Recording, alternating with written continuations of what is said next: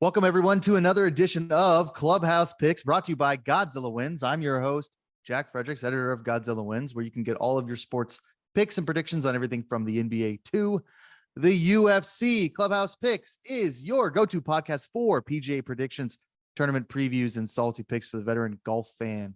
It's a lovely Tuesday morning here in Mississippi on June 6th. We're here to give you our picks for the RBC Canadian Open at Oakdale Golf and Country Club. We're also here to talk some major news. LIV Golf, PGA Tour, and DP World Tour announcing a earth-shattering merger just 2 years after the PGA banned all players who defected to LIV from the tour. I'm here with my co-host to break down the big news and to handicap the Canadian Open. As always, Nate Perry, the greatest handicapping caddy west of the Rockies. Welcome, Nate. Thank you. Happy to be here. Big day. Huge day. One of the biggest days probably in golf news in a very long time. So some LIV DP World Tour, PGA Tour merger news has dropped. I sort of previewed that a little bit, but just give us an overall scope of what's going on, and then we'll talk a little bit about how we feel. Yeah, I mean, so in terms of just overall scope, right? What it does is it merges the PGA Tour, DP World Tour, like you said, and not LIV Golf. It merges the Public Investment Fund of Saudi Arabia. So we're still getting news, but what it looks like is it basically combines the PIF's golf-related commercial businesses and rights, which includes LIV Golf, into the commercial businesses and rights of the PGA Tour, DP World Tour. The Public Investment Fund for Saudi Arabia will make a capital investment into this new entity to facilitate growth and success per the PGA Tour's statement. And the new entity will implement a plan to grow these combined commercial businesses, drive greater fan engagement, accelerate growth initiatives. And part of this, you know, the sort of most relevant thing for us is that it will open a pathway for LIV defectors to rejoin the PGA Tour effective at the end of the 2023 season. So guys like Brooks Koepka, Dustin Johnson are eligible to reapply for membership so they can play on the PGA Tour. Abraham Answer. Oh, Abraham Answer. Yeah, let's not forget. And Peter Uihlein can go back to the Corn Ferry Tour. Mark Leishman. Phil Mickelson can go back to the Champions Tour. Maybe, I don't know if the Champions Tour will allow him back, but he can go there. Yeah, I don't know if he'll be allowed back on there. Cam Smith, you know, that's another big one. That's a huge one. Yeah, I mean, so all of those guys get back in. You know, what that process will look like. You know, they're trying to establish some sort of fair process because obviously those guys took a massive payday when they went over to LIV. So it's not, you know, there's got to be some equitable way to do it that doesn't just totally like piss off guys like Hideki Matsuyama, who turned down reportedly $300 million to join LIV. And it's not just him. I mean, he was sort of at the head of a lot of Japanese players, like a huge Japanese contingent that was supposed to go over that ended up pulling out. So it's not just Hideki. He had the biggest payday, but there are a lot of Japanese players that opted not to in the wake of him deciding to pull out. Tiger reported 500 million. So, I mean, it's huge. And it's, yeah, I mean, we'll talk about what that looks like, you know, I guess like in our hot take section now that we've sort of announced it, but yeah, how do you feel about it? I feel as though this was the inevitable ending to the stupidest saga in sports history. All of these entities are there to make money. And the minute it became clear that public sentiment for LIV Golf was something that could be stomached regardless of who backed the league, I think the PGA probably saw an opportunity to bring in massive investment, infuse the tour with money, cash out big paydays for themselves. That'd be everyone who's involved in the corporation, and basically backtrack on everything that they said they stood for. It's incredibly hypocritical. That is obvious. Everybody can see that. Jay Monahan looks like a clown. He probably doesn't care because he's probably going to receive massive compensation for working out this type of merger, but he looks like an idiot. And the biggest problem here, and something that I think LIV Golf and the players on the LIV Tour have been critical of the PGA Tour before, is that the PGA Tour is supposed to be a player-facing organization. It's supposed to be membership-driven, where the players have a lot of say in what goes on tour because they make up the tour. It's not teams. And for them to announce this without having informed the players at all in any way, shape, or form is like ridiculous and insulting to people who stood by them, like Rory and Tiger and Hideki Matsuyama, who is one of the most valuable sort of entities in golf in the world because of his sort of world fame. I mean, these guys turned down huge paychecks. They spoke out against LIV over and over and over again, only for the PGA to totally screw them in what to me looks like a money grabbing, like nonsensical move that totally backtracks everything that they have said they stood for 2 years. And it's inevitable because that's how corporations work, but it's infuriating to watch it happen if you've been on the PGA Tour and you took this, you refused to take a payday in order to stay loyal to a corporation that was supposed to stand for something bigger. Yeah, I mean, my first thought when I was thinking about it was, is this why Rory's been weird lately? Because I know that a lot of the guys didn't know, right? Like, you know, like guys like Joel Damon, who was posted on Twitter earlier today, sending funny tweets. Michael Kim. Yeah. Michael Kim, like those guys never knew. Like they would never know. But there's a part of me that was like, is that why Rory was like so stressed out? It wasn't the toll of continuously defending the PGA Tour, because he's been doing that for 2 years, right?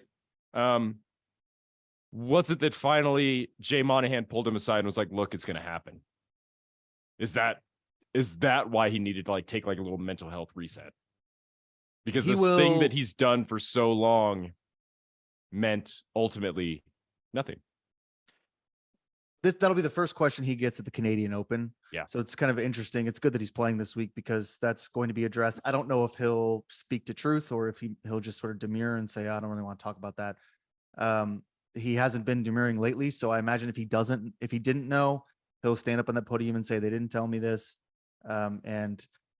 What's crazy is for Rory, it actually feels like a conviction. It doesn't feel like Phil Mickelson going around the LIV Tour being like, you know, you guys are a bunch of punks and this is fine. Like it feels like an actual conviction that Rory has surrounding the sports washing that's going on with the PIF and Saudi Arabia. And would it be so shocking if he just left for a while and next year and was like, this is not something I want to be a part of. Right. Play the majors and that's it. Maybe. Yeah.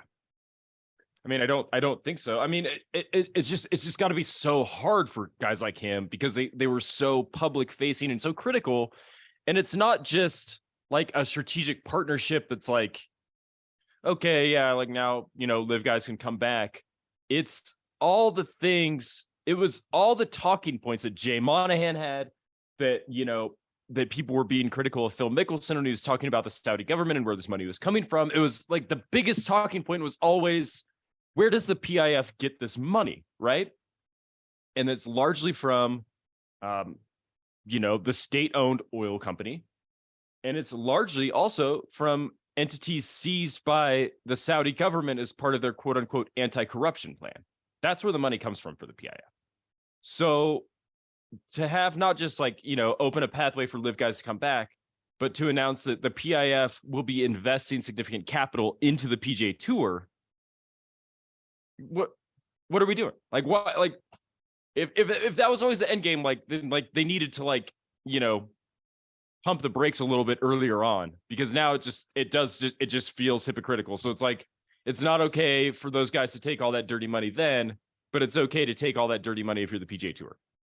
That's where we're at now.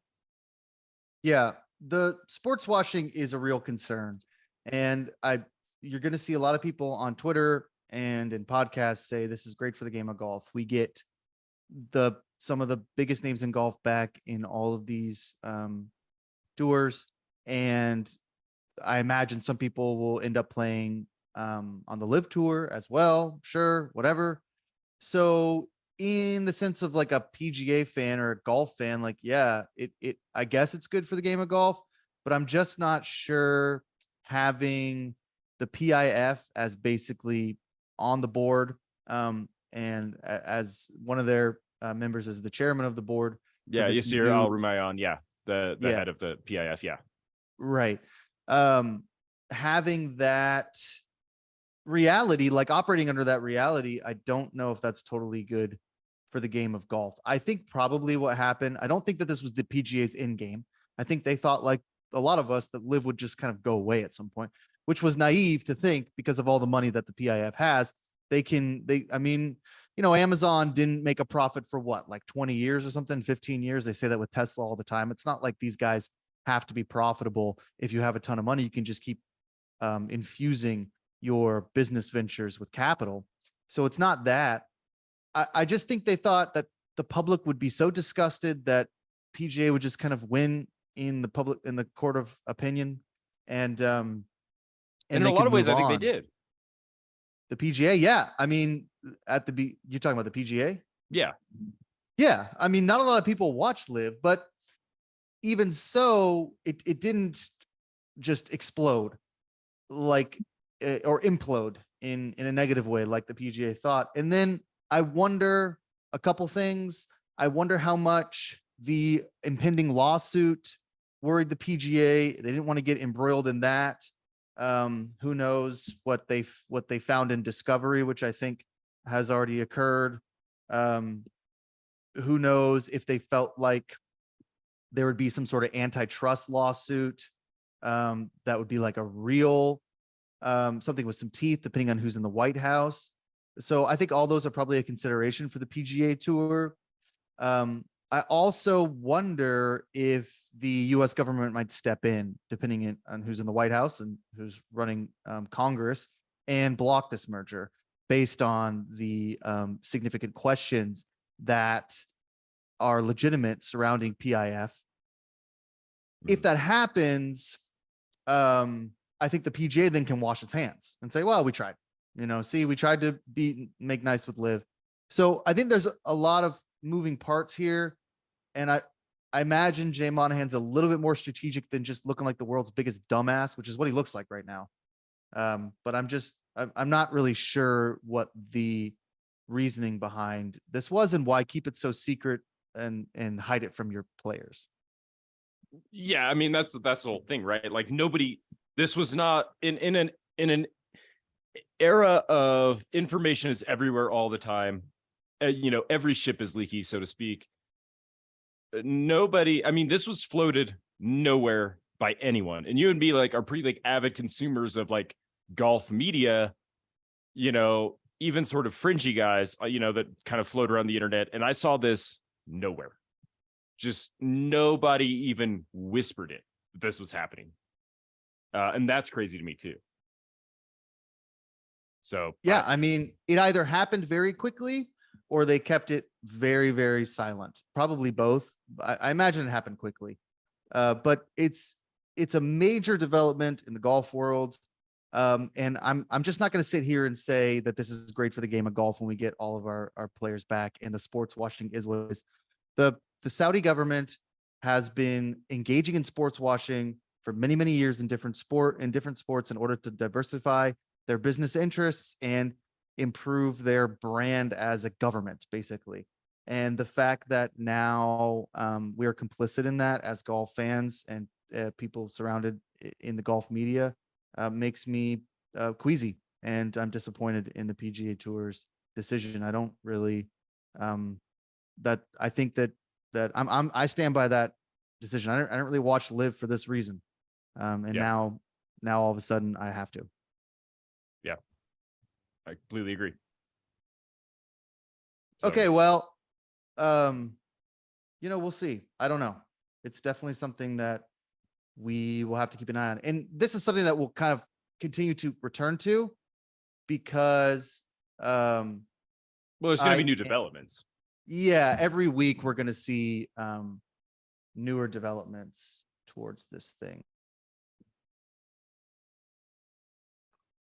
Yeah. On this show, we also have sponsors, one of which is Birch Gold. Birch Gold is one of my favorite sponsors, Nate, because as the economy starts to head into a recession and inflation becomes out of control, as the Fed raises interest rates to combat this spending, long-term bonds have diminished in value, crippling the banks. Depositors are holding their breath. Investors are bailing on bank stops. Diversification is never more important. If you're an investor like me, you really have to know how to diversify. And if you don't have some money, some of your savings in gold, then you don't have a hedge against the extreme market volatility and fluctuations. This is what I want you to do, everybody. Go to or text Godzilla to 989898. That's Godzilla to 989898 to get a free info kit on gold. Birch Gold makes it easy to convert an IRA or 401k into an IRA in precious metals. They'll help you convert your existing IRA or 401k that's tied to a volatile market into an IRA in precious metals, physical metals, gold and silver. All you got to do, text Godzilla to 989898. That's Godzilla to 989898 to claim your free info kit on gold today. Thousands of happy customers, A+ rating from the Better Business Bureau. Get your info kit on Birch Gold today. Text Godzilla to 989898. Okay, so we spent about 20 minutes talking about LIV, which is important, breaking news. I want to run through some other topics pretty quickly, though. The first is the Memorial. So Viktor Hovland wins the Memorial. Nate loses the Memorial. Yes. This was probably your closest you've come to hitting a winner out there in Nevada. You can gamble on the outright winners. So tell us what happened and how much it hurt. We'll lead with it hurt a lot. It hurt a ton. I mean, Siwoo had it. Like, Siwoo was 65-1. That was your best shot, Siwoo. Yeah, I mean, Siwoo was my best shot. I mean, Hideki had an outside shot kind of going in. I had some other guys, that were sort of like fringy. But this is easily the best, like, sort of handicapping I've done since we started this podcast at the beginning of the year. And I mean, Siwoo had it. I mean, he misses the playoff by 2 strokes. If you're looking at his scorecard, if he just doesn't hit it in the water laying up on 14, we're there. Like, we're in the playoff at least.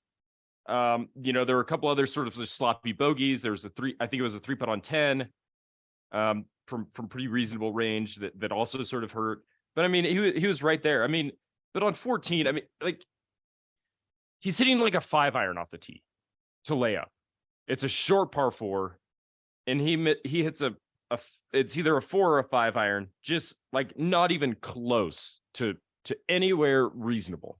Into the water and then makes double bogey. I mean, it's like inexcusable. It wasn't like you had to drive into a ravine.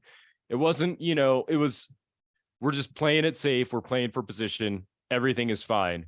Just keep your hands on the steering wheel. And instead he just drove off a cliff. I mean, we were still in it at that point. 65-1 would have been, I think, the longest odds this year, to be honest with you. Wyndham, I think, hit it 60-1 outright at some places. The only one that comes to mind is Kurt Kitayama was about 100-1 when he won the API. Yeah. Okay. Yeah. Kurt Kitayama. Chris Kirk, I think, no, he was only like 35-1 when he won down in Florida earlier. Yeah, he won the Honda.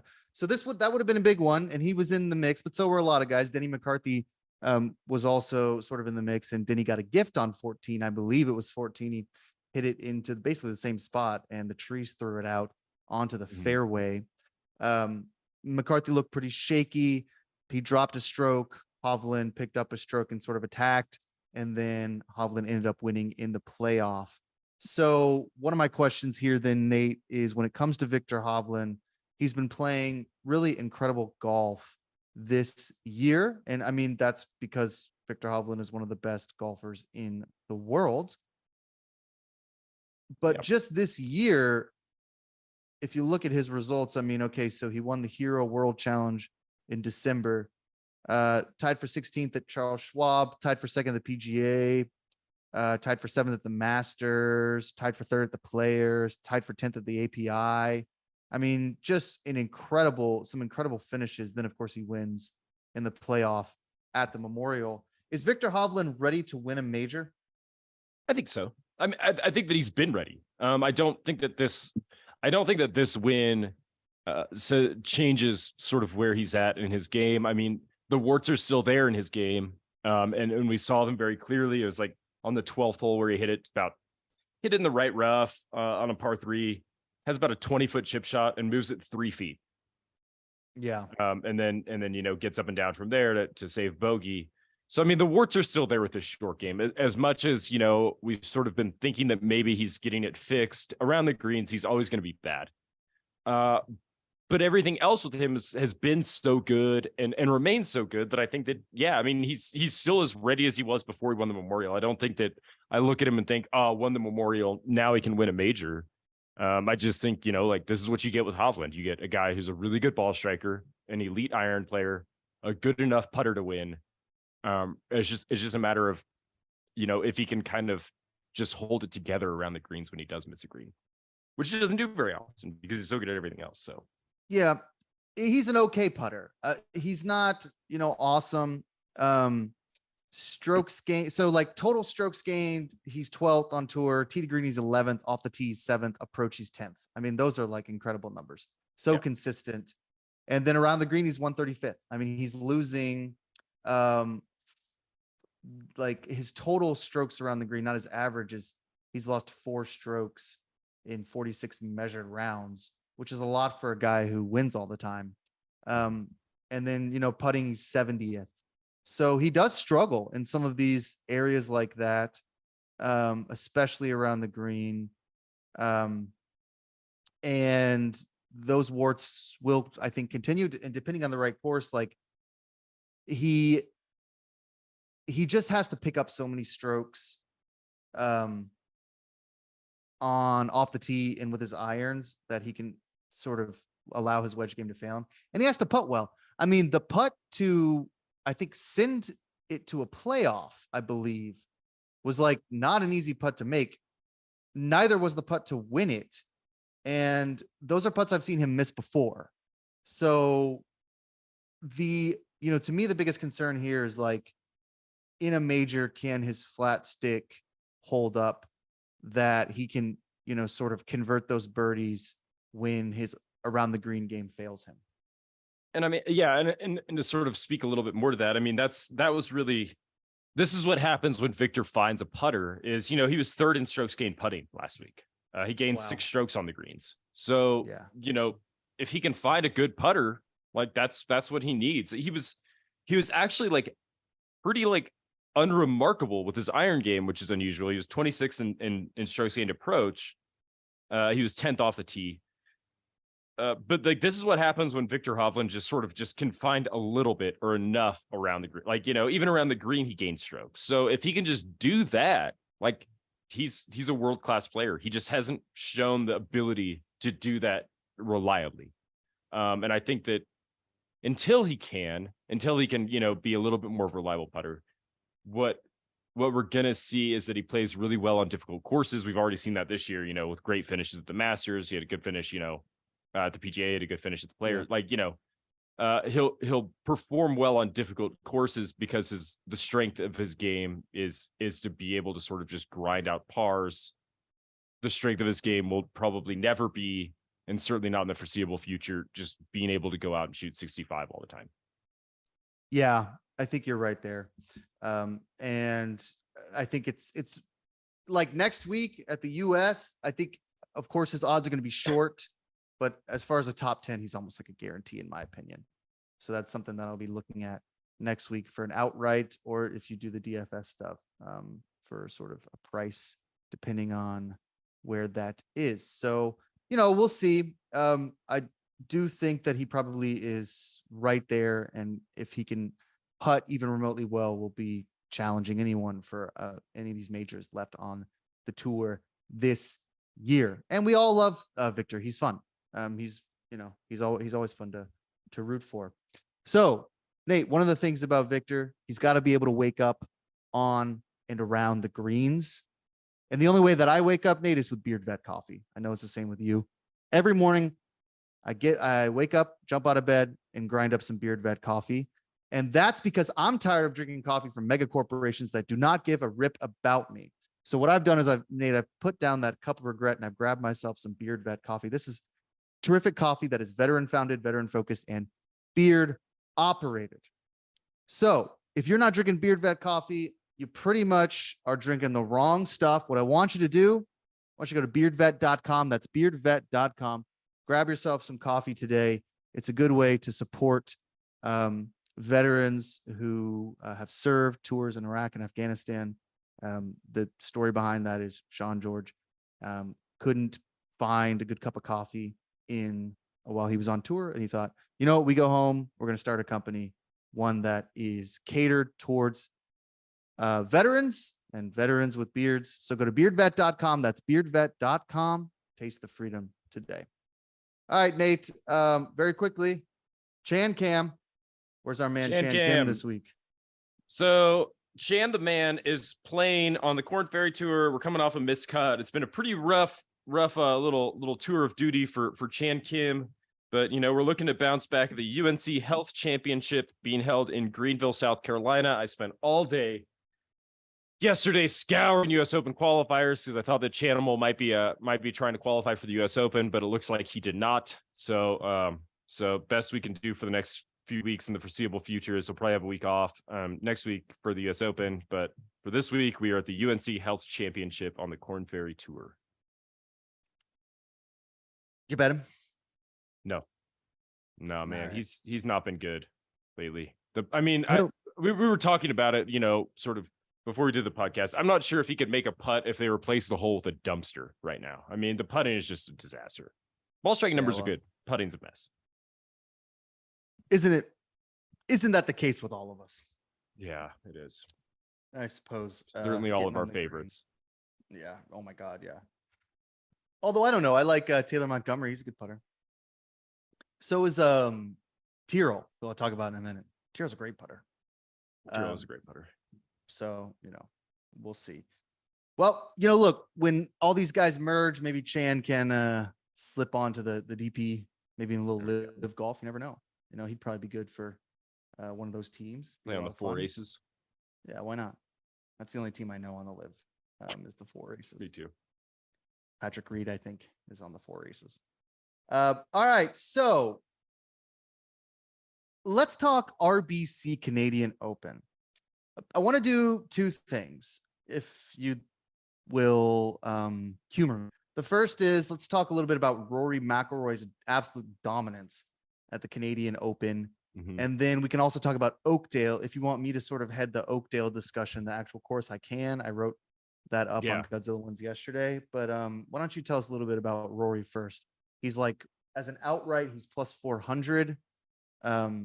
So there's a reason he is playing this, and there's a reason he is favored. I mean, yeah, he's ridiculously good at it, right? He's basically won the last two iterations of it because, they took a couple of years off during the COVID pandemic, but he won here in 2019. And then he won here again in 2022. And it's for most tournaments, it would be easy to say like, oh, he just plays this course really well, right? For a long time, it was mostly played at Glen Abbey. There are clearly guys that like Glen Abbey. Jonathan Vegas won 2 in a row at Glen Abbey. Tiger performed very well there. But now they've sort of been rotating it quite often, and he's won it last 2 iterations at different courses. Both have been pretty much birdie fests. When he won in 2019, he won by 7 strokes and shot 22 under par. When he won last year, he was 19 under par and won by 2. So it's not clear to me that Rory, is just playing one course well. He won both of these events at different courses. So there's something about, I don't know if it's just a weak field, if it's just a weaker field or what it is, but for whatever reason, I mean, he just really gets up and gets after it at the Canadian Open. Yeah. Some guys are like that, like, because he just likes playing in Canada. A lot of the European guys play in this tour every year. The British or the Northern Irish, I guess, in Rory's Commonwealth.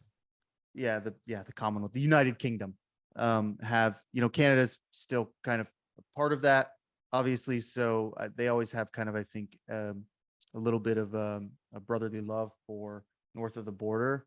But because this tournament comes right on the heels of a major and it's not an elevated event this year, the field is it's not weak. Like there's actually there's 24 of there's like something like that. I think it's 24 of the top 100 OWGR golfers are in this tournament. So it's not like horrible, but it's a little weaker than we would normally see because it's not an elevated event. Rory, who's missed 2 elevated events, is so good here that he's going to play even though next week he's got to fly to LA and play at the US Open. So, we'll see. He's definitely the favorite. I wouldn't blame anyone who put him on his card, but we'll see what happens with that. As far as, like you said, so the Canadian Open, Glen Abbey, it's been played there. And then it's moving around, I think, a little bit more. Last year it was at St. George's Golf and Country Club, which is very similar to Oakdale in the way that, like, a lot of people are looking at Oakdale, which is where it's being played this year, as an easier St. George's. I don't know if that comp is completely merited, but it is good. Both courses, that's Oakdale and St. George's, were designed by Stanley Thompson, who's a legendary Canadian golf architect. It's a 27-hole course, and what they're going to do is they're going to take 4 holes on one of the 9 holes, 5 holes on another 9 holes. That's going to make the front 9. Then the back 9 are the later holes designed by Thompson's protege, Robbie Robinson, which was added in 1957. That's going to be the back 9. The front 9 is going to play more difficult than the back 9. The yardage is going to change because the tee boxes will change. On average, the par 3's distance is 191 yards, par 4's 421, par 5's 546. The 18th was a par 4 and was now moved to a par 5. That should make things a little bit easier for them to pick up strokes. And the grass, so the rough is going to be 4 to 5 inches Kentucky bluegrass, and the greens are bent grass with 20% Poa annua, which, as we know, is very difficult to putt on. But it's mostly bent grass. So if you want to use bent grass in your strategy, you certainly can, as far as like how these guys putt on bent grass. You can alwase go to weknowfantasy.com. That's Nate Brown's website, and look at his strokes gained on the different types of grass. Some other comps you might like: Sedgefield, TPC River Highlands, Detroit Golf Club. I like the Detroit one. The course is going to favor accuracy off the tee, good ball strikers with approach game. I also like sand save percentage because there's a lot of the hazards are sand. Birdies are better conversion percentage because this is going to be a birdie fest. I'm expecting the winner to be anywhere from 20 under to 23 under. And the way these guys have been playing this year, I wouldn't be surprised if it was like 26 under. And then putting on bent grass, that's kind of what I'm looking at as far as my strategies for picking these guys. You have any thoughts on the course? I mean, yeah, I've sort of been, reading all this stuff because obviously this is a new course. And like you were saying, it's a little bit of a Frankenstein course as well. And I pretty much agree with everything you're saying. It looks like the front 9's a little bit more difficult, and it looks like the back 9 guys are going to really have a chance to score and go low, which should make for like a pretty volatile viewing experience. But yeah, it feels like a pretty easy course. I mean, these guys are going to shoot in the 20s. Yeah, for sure. And that's how it's supposed to go before a major. I mean, these courses are always supposed to be tune-up courses. You don't want these guys grinding out right before a major. You want them just tuning up their game. But what that means is guys who really can sink those birdies are going to have a major advantage. The field is not weak, but it does get a little tricky after you get past those top 24 on the OWGR. You start to sort of scratch your head and wonder where you're going to get some value in some of that stuff. Nate, one place that I find a lot of value, and we'll talk about our picks in a minute, is MyPillow. Listen, go to mypillow.com and put in the promo code FUN. That's promo code FUN, FUN, you can get all sorts of discounts. I use this promo code all the time, up to 80% discounts on pillows. My Pillow has the best slippers, some of the best towels. You can get a robe. Father's Day's coming up. Listen, My Pillow, you don't know what to get your dad, get him some slippers, get him a pillow. I mean, those pillows are incredible. They really are. And the discounts are nuts. MyPillow.com, promo code FUN. Lock it in. Grab yourself some pillows. Okay, so Nate, we're going to do what's in your bag. I'm going to clear something up about how we do these, and then we'll move on. So in Nevada, where Nate is located, gambling is legal, and he can gamble on outright winners, the top fives, all the stuff that we talk about on this podcast. I live in Mississippi, where unless you are standing on the floor of a casino in a sports book, you can't bet those types of things. Now, sometimes I do that, but what you can bet in Mississippi, like a lot of places, is fantasy. So you can go to DraftKings and listen, go to DraftKings.com, sign up, use the promo code Godzilla, $150 in free play on a $5 bet. So if you're in a state that allows DraftKings, use that promo code Godzilla for that. So what I do and what I've sort of gravitated towards more is the DFS sort of daily fantasy stuff. So you go to GodzillaWins.com and you'll find 2 different previews and predictions for these golf tournaments, especially in the summer when I have time off from my regular job as a teacher. You'll see my DFS predictions, and that's going to have, the $50,000 salary cap and how I spend that money. And then you'll also see Nate's preview and predictions for the outright winner. So you go to Godzilla.com, click on the golf tab, and you'll see both of those. For the purposes of the podcast, we use the outrights, and we always start, Nate, with our driver. That's our heavy hitter, our big time favorite. I'll start with you. Who in this category do you like?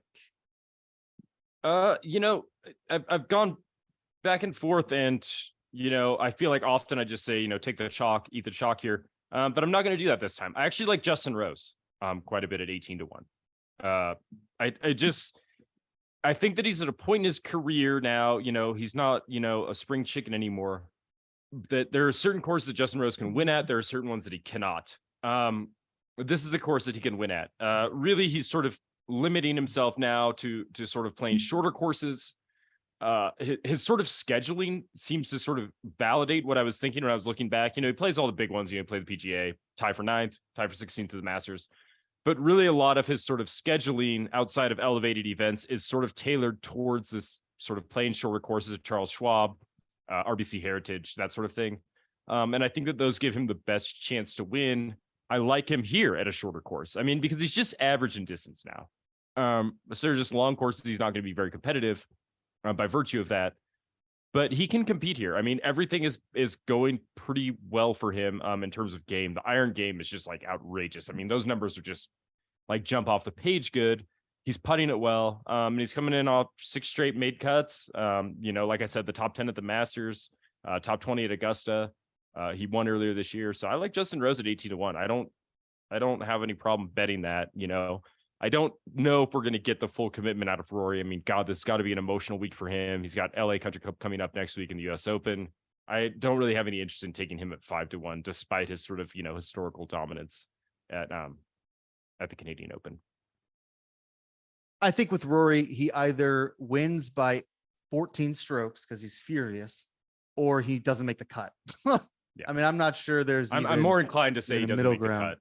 Yeah. I'm not even sure he's going to want to stick around for the weekend, but you never know. I mean, these guys are weird. They're athletes, and they train a long time for this, and they like making money. So, we'll see. So you like Rose 18-1. I like Tyrrell Hatton at 11-1. That's my big favorite, and I actually really love this pick. I think Tyrrell is primed to win a tournament. I think this probably is the one that he can really get. The thing with Tyrrell is his game is trending in the right direction. Tied for 12th at the Memorial, tied for 15th at the PGA, tied for 5th at AT&T Byron Nelson, tied for 19th at RBC, tied for 34th at Masters. So he's improving week to week, like he's trending upward. For his game, the stuff that I'm looking at. So driving accuracy 55th. So it's not like he's the most accurate off the tee, but in this field, He'll be fine. His approach is 18th. He's always been a good iron player. Birdies are better conversion rate. He's 13th. So that's one of the things I'm really looking at. Can you feast on the greens? And we all know that Tyrrell's an elite putter. And on bent grass, his strokes gained is plus 0.402 after putting 12 rounds. Sand save 73rd. But I mean, that's kind of a smaller stat that I'm looking at. So I really like Tyrrell. I mean, he's 11-1, so it's kind of a boring choice, but I'm a big Tyrrell fan this week. I think at some point he's going to grab one. He's just been playing incredible golf. Yeah. I mean, he has been, and at some point he will. I mean, God, I'm nobody bangs the drum harder for Tyrrell than me. We talked about it earlier this week. I've just been just staring so hard at the US Open odds, like 55-1 for Tyrrell. Those numbers just don't make sense to me. So my thing with that is if it's 55-1 and I haven't looked, then the top 10 is probably 5.5-1 or maybe 5-1. And that feels like an incredible bet to get 5-1 odds on the idea that Tyrrell Hatton could finish in the top 10 at a major after playing just some of the best golf of his career in the last couple of weeks. That to me, that doesn't seem far-fetched at all. So I think you're right on both accounts there. And I think that I think if you like Tyrrell, in my opinion, you got to bet him now. Cause if he wins this tournament, it's going to get hammered down to 20-1 before you can get on the app. So if you like him, stick with that. Okay. So let's go then to our irons. These are heavy hitters, reliable, 20, 30, 40-1, those types of odds. I got one or two that I like, but I got one that I, am really excited about. So why don't you go first? Give us an iron, then I'll move on. Yeah, God, I mean the middle of this field, the sort of iron range that we go for, which is generally 20 to 80-1 ish, is pretty weird. Just because there's such a steep drop off between the sort of elite talent that's here and then guys that are sort of in this longer shot range. The one that kind of I've been staring at quite a bit is, and I don't even know if I love this that much, Lee Hodges at 60-1. Oh wow! All right, yeah, getting weird already. Yeah, we're just gonna. I mean, my card's pretty weird this week, man. I don't have any problem with.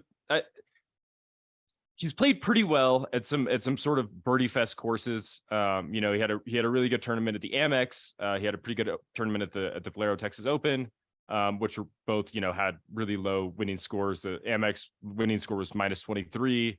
Texas Open was -15. So he's shown himself to be fairly comfortable in birdie fest. He's been hitting the ball really, really well. The putter is not always cooperative with Lee, but at a birdie fest like this, I see a lot of guys say oh, I just want a hot putter. I tend to not agree with that logic, just because really good putters at birdie fest don't always necessarily manifest into winners because they don't give themselves enough opportunities to make birdie. What I really am looking for is guys that are posting really strong approach numbers, and you just hope they get a little bit lucky on the greens, because they're just going to give themselves so many more opportunities than a guy like Mav McNeely or whatever, who's like a bent grass putting god who never hits a green, right? So yeah, I'd rather have a guy that's actually hitting greens.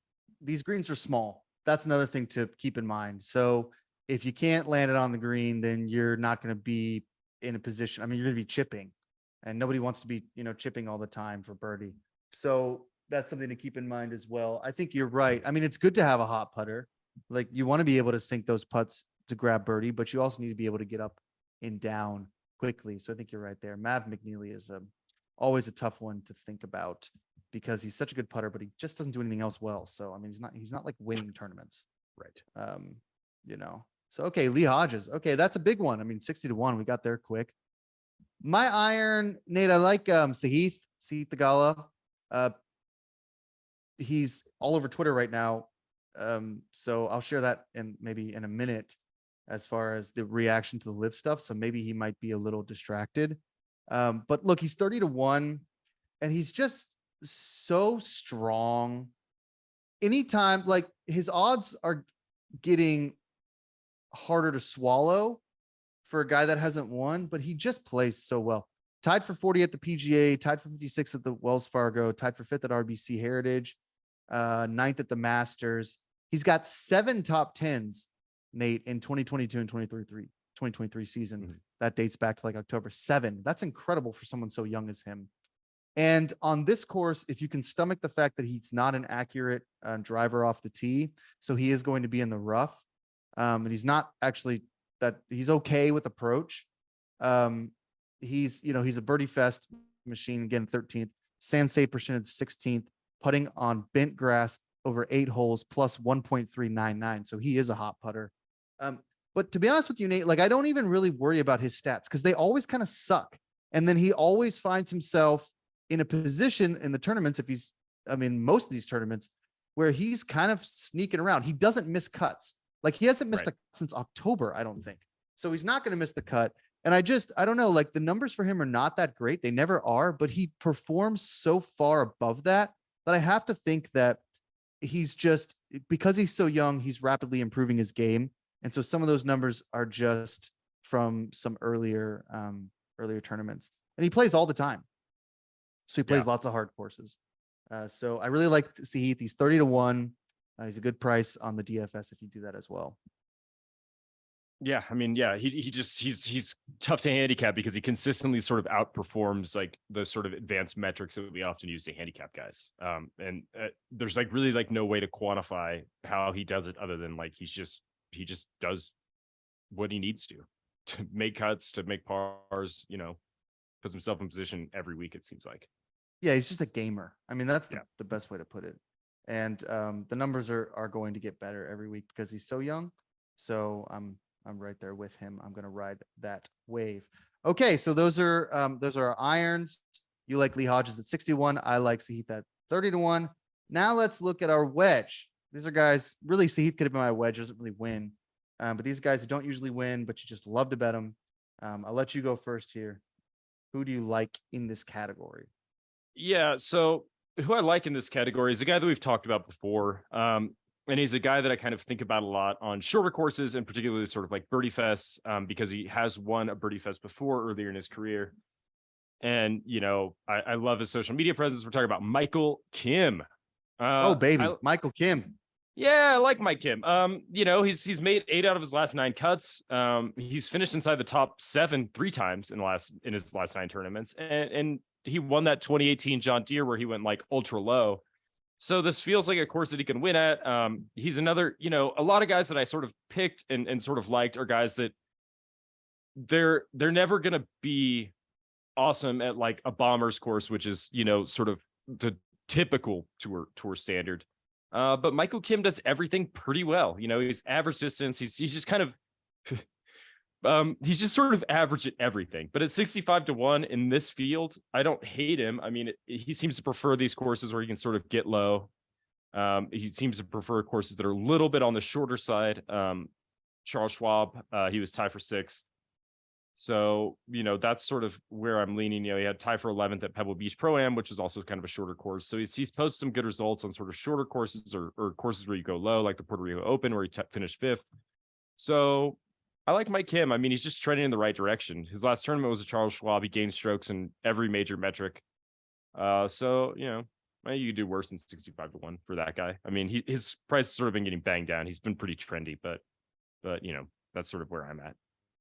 And you have to wonder if the trendiness is just the fact that his Twitter presence is pretty strong, or if he's playing well. But he is playing well, and I think he's one of those guys who's going to continue to get hammered down, especially in a weak field. And that's what you want is like guys. Like, to be honest with you, I get kind of fancy with some of these picks, but you could really just look at the guys' results in a weak field, and if they're trending upwards, you could just take them. Because this isn't this is a field where if you're playing well in all aspects of the game, you're probably going to make the cut. And then you might give yourself an opportunity on Saturday to move up and find yourself in a top 20 position by Sunday. So we'll see. I think that's not a bad bet at all. I like that pick. I'm sticking in the lower numbers. You really are finding some long shots here, but I understand why. This is a tournament where you probably can find those. For my wedge, I like Kashmir Keith. Keith Mitchell. I mean, God, what's not to like about Keith Mitchell? So the problem with Keith, and this goes, I think, to your sort of trepidation with this course is his iron game sucks. I mean, his approach numbers, he's strokes gained approach, he's 149th on tour, so that's not good at all. Again, driving accuracy though, 39th. He's kind of a bomber. I mean, he hits it long and pretty accurate for a guy who hits it long. So I'm thinking that he may be able to just utilize, like a lot of these guys are going to lay up, and he may be aggressive enough to hit a bunch of these shots off the tee. And if he could stay in the fairway, he might be all right. He's just always kind of around in these tournaments. Tied for 48th at the Memorial, tied for 58th at the PGA, tied for 59th at the Wells Fargo, 53rd at the Masters. So like a weak field, I'm chopping off like 30 places. I mean, I think he's probably sitting in the top 20 just in this market. And I believe for outright, I mean, the price isn't great on a guy who hasn't been playing that well. Yeah, 35-1. So it's not horrible. And he's going to have to do better in his approach game. He's going to have to take advantage of birdies a little bit more, but I do think that the way he's been playing in a field like this, if it's not going to be one of the guys in the top of the leaderboard like Rory or Matt Fitzpatrick or something, it could be someone like Kashmir Keith. Yeah. But sometimes, I build out this whole idea of what I want in a golfer for a tournament, and then I just pick guys I like. So I'm not sure Keith like really fits that model at all, but I don't know. Yeah, I mean, we're getting to my bet regret, and that's exactly where I was headed. Oh my God, I can't wait. Yeah. So I guess we just do that. Yeah, we'll pause real quick before we do that, because we want to thank targettraining.co. Patrick at targettraining.co has been one of our biggest advocates here at Godzilla Wins. With all the fear out there about the economy and personal finances, many people are turning to trading the markets to help support themselves and their families. Trading is risky, there's no doubt about that. It's not something that should be entered into lightly. It's all the more reason to get the proper training and education. Target Trading Academy is considered the #1 futures training education company in the industry. Over the last 15 years, the team has developed successful, respectable, repeatable trading strategies, and Target Trading Academy delivers these trading methods to you in a highly structured and effective learning environment. So here's what you need to do. Go to targettradingacademy.com and sign up for a free virtual campus tour. That's targettradingacademy.com. There you can see Patrick and company in action, find out firsthand why they're the #1 trading education company in the game. You can also go to targettrading.co. That's targettrading.co, or call 888-203-3731. That's 888-203-3731 in order to take back some of your financial freedom. Okay, Nate, bet and regret. Go ahead. I've got a good one too. My bet and regret is, so this whole sort of time that we've been previewing our picks and sort of talking about our picks, I've sort of been targeting guys that have good approach numbers, maybe aren't necessarily the longest players in the field, but give themselves a lot of looks at birdie, even if they're not the most reliable putters. That's sort of been my logos, is good iron players that maybe we catch a hot putter this week at a long price. And then I did the thing which I always do, which is I build this whole card out. I bet 4, 5, 6 guys, whatever, and then there's like one guy who's just a total outlier, and that's my bet regret. Is like, there's no reason that I need to be betting on Vincent Norman in this golf tournament. Nope, none. He does not fit any of the criteria that I want in this golf tournament. I think it's just like the one that's like to cover me a little bit. It's like, all right, well, if I just sucked at handicapping this whole thing, maybe just fucking bomber wins it and whatever. And that's basically like where I'm at with him. Is like, Vincent Norman is ridiculously long off the tee. He's a terrible putter. He's, average in approach. He's, okay around the greens, a little bit below average. He's not terribly accurate. He fits none of my criteria. He's 80-1. And, when he's sneaking around the leaderboard, I'm going to be talking about how I'm a genius. But I'm a genius sort of in spite of myself, because this does not, this is literally like if everything you've been doing is wrong, then the opposite must be right type of pick. And that's Vincent Norman for me. Yeah. Good luck with that one. He was not on my card, but my bet and regret is fairly similar. I'm on Aaron Rye this week. Not even sure what I know his price on Oh, DFS. nothing wrong with Aaron Rye on this course. Yeah, I don't know. I mean, here's the problem with Aaron Rye. Okay, so first of all, he's 90-1. God, he's so accurate. He's like just the most accurate golfer ever. So driving accuracy 6th, approach 53rd, birdies are better conversion 147th. So that's not great. Yeah, he's a terrible putter. Yeah, he's a horrible putter. Sand save 192nd. So don't find Aaron Rye in the sand. Putting on bent grass though, Nate, he's only minus 0.014. So it's not like he's averaging, 3 strokes every time he gets on bent grass. He is going to struggle to putt with that Poa Annua and everything else like that. My issue with Rye is not his numbers because they actually are pretty good, but oh my God. He missed the cut at the Memorial, the AT&T, the Wells Fargo, and the Mexico Open. So he's not playing well. The only thing that I can take solace in is the Charles Schwab where he finished T12.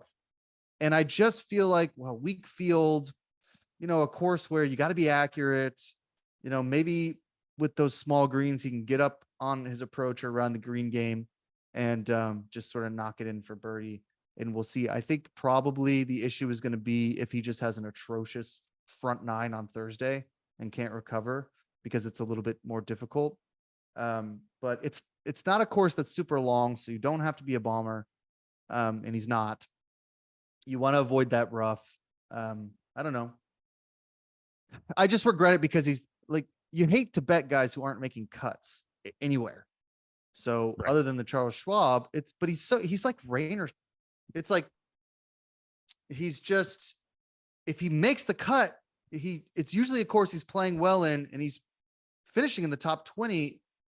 It's just sometimes he just, I don't know, kind of sucks, but 90-1, I mean, nothing wrong with that. No, 90-1's a great price. Yeah, especially for my man Aaron Rye, who I'm on a lot. I'm always betting him. I got a good long shot too.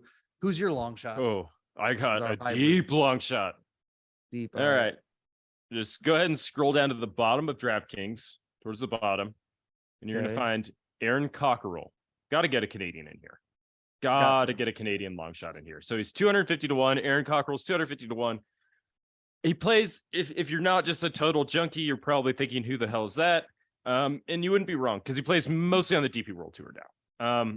But his results on the DP World Tour have been excellent. He really hasn't finished outside the top 25 in his last 5 starts worldwide. He had a second place, solo second at the ISPS Handa in late April. He's coming off of this event. His last tournament was a month ago, where he finished tied for 10th at the Sudal Open in Europe. So the results have been good on the DP World Tour, and obviously he's making the trip over to Canada to play in, his sort of national open. So, I don't know. He's another one that doesn't really fit any of my criteria. He's like an elite putter and he does nothing else well. So this is the guy that, you just hope that maybe you can find something. I guess you have to get an elite putter in there. He's really short. He's a really short hitter. So this isn't a course, he's never going to be a guy that can contend on the Bombers course. But on the DP World Tour, he can be competitive because the courses are sometimes a little bit shorter. This course is a little bit shorter. It's probably set up a lot more like a DP World Tour event. So I'm willing to just roll the dice on it, on a Canadian long shot at 250-1. That's all. That's my whole. I don't have anything else. Yeah, the issue with that is the Canadians haven't won this tournament in 100 years. Yeah, something like that, 80 years. So that it's not like they do well here, but we'll see. We'll see. Mine is yeah, who cares, right? I mean, a couple of bucks. Yeah. Oh, look, I'm with you. I got Patton Kazire 180-1. All right. There we go. Patton. You don't have to look far to see that Patton's game is going in the right direction. T48 at the Charles Schwab Challenge, T30 at the AT&T Byron Nelson. Those are the only 2 results I'm going to reference here because they're the last 2 he's played in. So he's moving in the right direction. Is he accurate off the tee, Nate? No. Is his approach game solid? No. Is his sand game solid? No. Can he putt on bent grass? Not really, kind of. But birdies are better conversion 15. So, birdie fest. Who knows? That's all I have. That's literally all I have. But he's 180-1. and he's played well in his last 2 tournaments. So maybe he does the same here. And he was cheap for the DFS. It's like 7,100 or something. And after you spend a bunch of money on Kashmir Keith, you don't have much left. So you need some patents. Kashmir Keith was quite pricey this week. So was Tyrrell. Oh, Tyrrell was very pricey. Yeah. But I think Tyrrell might win. So, we'll see. I'm excited for the possibilities of a T35 for my man Patton Kazire. You just never know. You just never know when he's going to pop up and get one of those top 40s. Yeah. And look, if you're in Virginia and you're looking at some of this stuff, you got to go down to Rosie's Gaming Emporium. Rosie's has paid out over $175 million in jackpots so far this year. That number grows every day. Starting this month, new members play for free at Rosie's. Sign up for a free Rosie's Rewards card and instantly receive anywhere from $25 to $1,000 in free play for your visit. You got to learn more about this promotion if you're in Virginia. Go to Rosie's Rewards and Jackpots at rosiesgaming.com. That's rosiesgaming.com. Horse racing starts in July. My father, the Godzilla Truth, he'll be there. Gambling problem in Virginia, call 1-888-532-3500. So we always want to thank Rosie's for their support today. Scrolling Twitter, we'll end with this. There's a little Sahif text from, this is going to be from, oh, no, I lost it. Give me a minute. Terrific radio here. Okay. This is from Gabby Herzig, who kind of like a golf reporter. And she was, I guess, texting Sahith Thagala. Mm-hmm.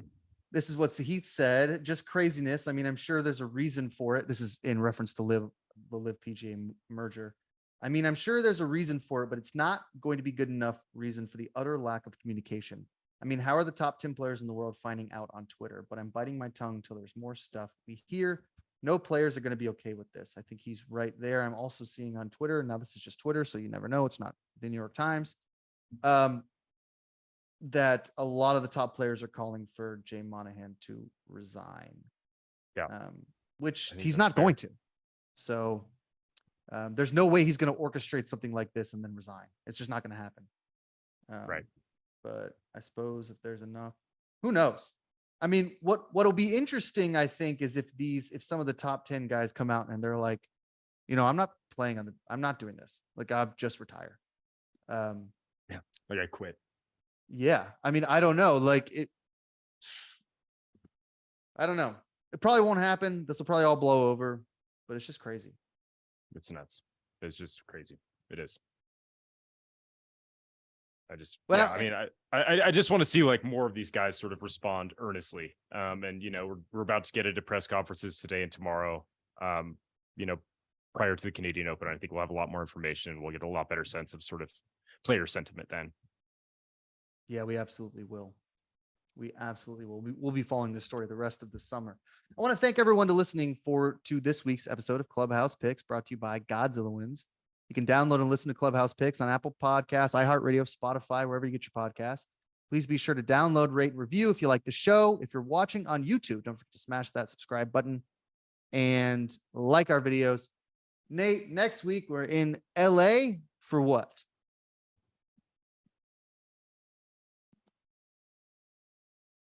Did I lose you?